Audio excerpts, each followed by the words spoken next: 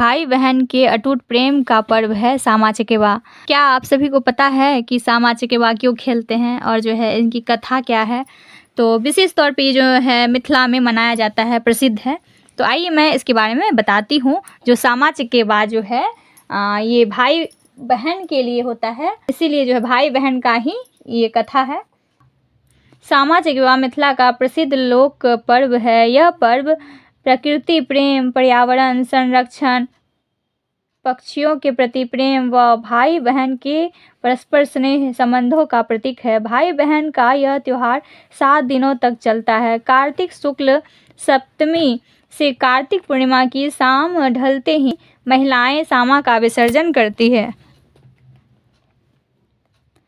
सामा चकेवा मिथिला का प्रसिद्ध लोक पर्व है। यह पर्व प्रकृति प्रेम, पर्यावरण संरक्षण, पक्षियों के प्रति प्रेम व भाई बहन के परस्पर स्नेह संबंधों का प्रतीक है। भाई बहन का यह त्योहार 7 दिनों तक चलता है। यह कार्तिक शुक्ल द्वितीया से प्रारंभ और पूर्णिमा की रात तक चलता है। कार्तिक शुक्ल सप्तमी से कार्तिक पूर्णिमा की शाम ढलते ही महिलाएं सामा का विसर्जन करती है। कार्तिक पूर्णिमा की चांदनी में सामा का विसर्जन होता है। इसलिए बहनें भाइयों को धान की नई फसल का चूड़ा व दही खिलाकर सामा चकेवा की मूर्तियों को नदी तालाब में विसर्जित करती है।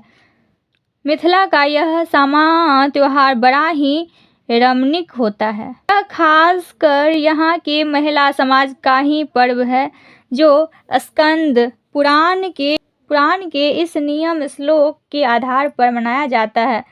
द्वारकायानच कृष्णरस्य पुत्री सामा अति सुंदर, जाम्बस्य भगिनी सामा माता जाम्बावती शुंभा। उक्त पुराण में वर्णित सामा की कथा का संक्षिप्त वर्णन इस प्रकार है। सामा नाम की द्वारकाधीश श्री कृष्ण की एक बेटी थी, जिसकी माता का नाम जाम्बवती था और भाई का नाम संबा तथा उसके पति का नाम चक्रवाक था।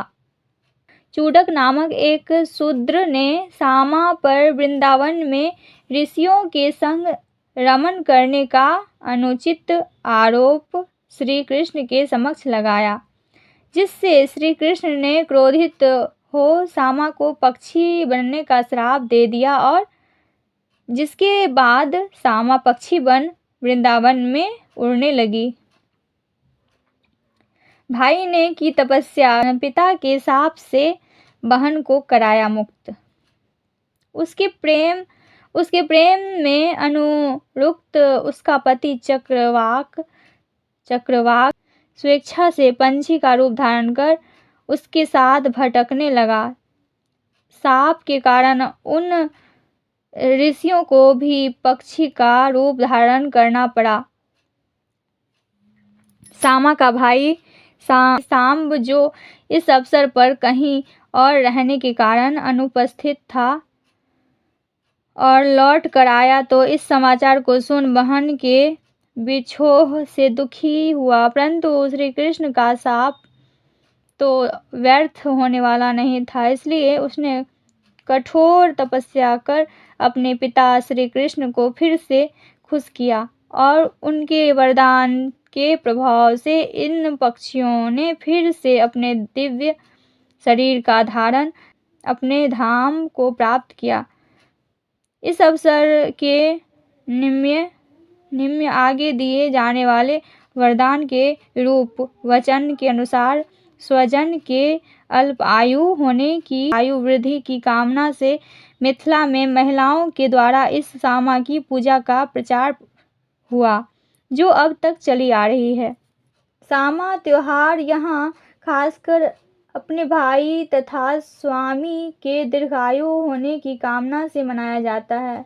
इस अवसर पर मिथिला की प्रायः प्रत्येक नारी अदम्य उत्साह के साथ मिथिला तथा पुरुष प्रभेद की पक्षियों की मिट्टी की मूर्तियां अपने हाथों से तैयार करती है, जो सामा चकेवा के नाम से जाना जाता है। सामा श्री कृष्ण की बेटी सामा तथा चकेवा उसके स्वामी चक्रवाक का अपभ्रंश ही चकेवा बन गया है। इस अवसर पर वचन के आधार पर एक पंक्ति में बैठे 7 पक्षियों की मूर्तियां भी बनाई जाती है, जो सतभैया कहलाते हैं। ये सप्तऋषि के बोधक हैं। इस समय 3-3 पक्षियों में बैठी 6 पार्थिव आकृतियों की मूर्तियां भी बनाई जाती है, जिन्हें श्री सामा कहते हैं। वे षड ऋतुओं के प्रतीक माने जाते हैं। महिलाएं नए खड़ के तिनकों से वृंदावन तथा लंबी लंबी सन की मूंछों से युक्त चूडक का प्रतीक उसकी प्रतिमा भी बनाई जाती है, जो वृंदावन और चुगला कहलाते हैं। सबके अंत में 2 विपरीत दिशाओं की और मुखातिब को पंछियों की मूर्तियां एक ही जगह बैठी बनाई जाती है, जो बाटो बहिनों कहलाती है। यह सामा और उसके भाई का प्रतीक माना जाता है, जिन्हें भाग्य चक्र ने विमुख कर दिया था। इसके अतिरिक्त सामा चकेवा की भोजन सामग्री को रखने के लिए ऊपर एक ढक्कन के संग मिट्टी की एक छोटी हंडी के आकार का बर्तन भी बनाया जाता है, जिसे सामा पोती कहते हैं, जिन्हें महिलाएं अपने हाथों से अनेक रंगों के द्वारा निम्न श्लोक के अनुसार रंगती है और जो बड़े ही आकर्षक दिखते हैं। इस अवसर पर यहाँ की महिलाएं 10 दिनों में कुल मूर्तियों को तैयार कर और उन्हें बांस की कमचियों से निर्मित एक प्रकार के डलिए, जिसे चंगेरा कहते हैं, उसमें सजाकर पक्षियों का दाना भोजन, नया धान का शीश उसके भोजन के रूप में डाल देती है। इसके बाद एकादशी से जब चांदगी कुछ प्रकाश युक्त हो जाती है, तो आगे दिन एक वचन के अनुसार अपने अपने चंगेरों को माथे पर रख खेतों में हर रात अपने सखियों के संग जा और चंगेरों को खेतों में रख समयानुकूल सामा गीत तथा अनेक तरह के हास्य और विनोदपूर्ण क्रियाओं द्वारा सामा की अर्चना करती है। रिश्तेदारों के घर सौगात के रूप में भेजी जाती है सामा की मूर्तियां।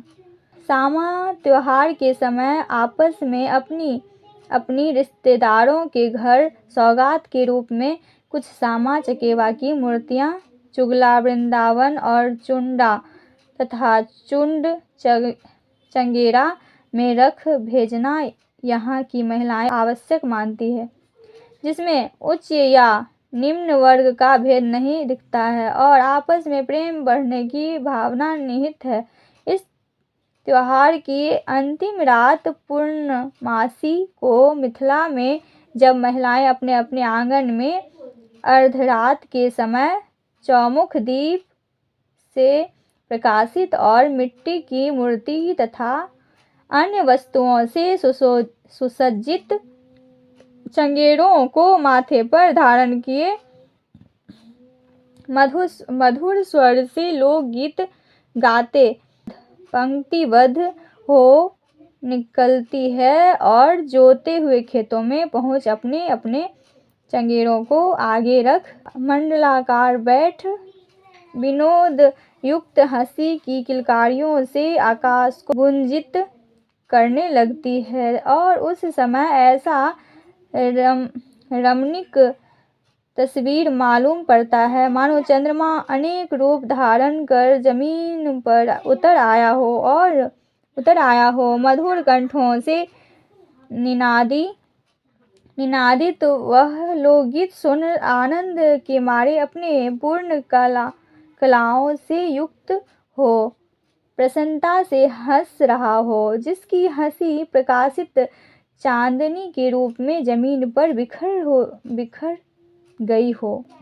इस समय सामा खेल के अवसर पर प्रत्येक महिला एक निश्चित मंत्र उच्चारण के संग सीरी सामा को अपने अपने आंचल के छोरों पर रख सामा में एक दूसरे से बदलती है, जिसका तात्पर्य अपने प्रियजनों की आयु को परेशान कर प्रत्येक पुरुष को लंबी आयु वाला बनाने का रहता है।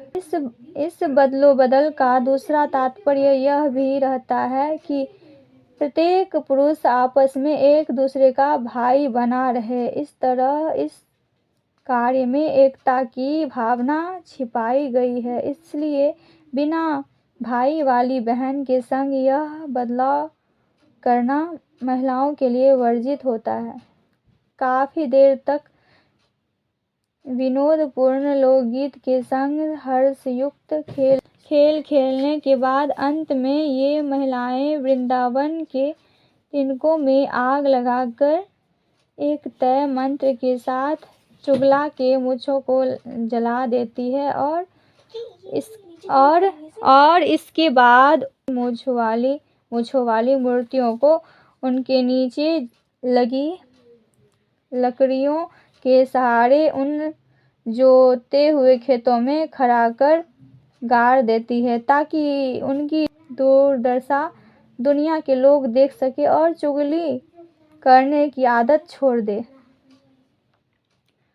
मूर्तियों को तोड़ फोड़ कर खेतों छोड़ घर लौटती है बहनें। इसके बाद ये महिलाएं अपने अपने सामा चकेबा की मूर्तियों को तोड़ फोड़ कर उन खेतों में डाल अपने अपने घर की ओर रवाना हो जाती है और रास्ते में बाटों बहनों की मूर्तियों को रखते हुए अपने घर को पहुँच बचाकर रखे हुए बाकी सामा को भाई के हाथों तोड़वा देती है। इन सब बातों का यह तात्पर्य है कि इन सब मूर्तियों के रूप में श्री कृष्ण की बेटी सामा साप मुक्त होकर दिव्य शरीर धारण कर बाट जोहते हुए अपने भाई के पास फिर से अपने धाम को पहुंच गई और चूडक, जिसने चुगली कर सामा पर कलंक लगाया था, वृंदावन के संग जलाकर राख बना दिया गया, ताकि उस प्रकार के लोगों का नामो निशान मिट जाए। सामा खेल में छुपा है कुछ धार्मिक तात्पर्य। मिथिला के इस सामा खेल में कुछ धार्मिक तात्पर्य भी छुपा है। वह यह है कि जिसे ये महिलाएं यह सामा खेलने के लिए कितने मेहनत से तरह तरह से सुंदर मूर्तियों का अपने हाथों से निर्माण तथा रंग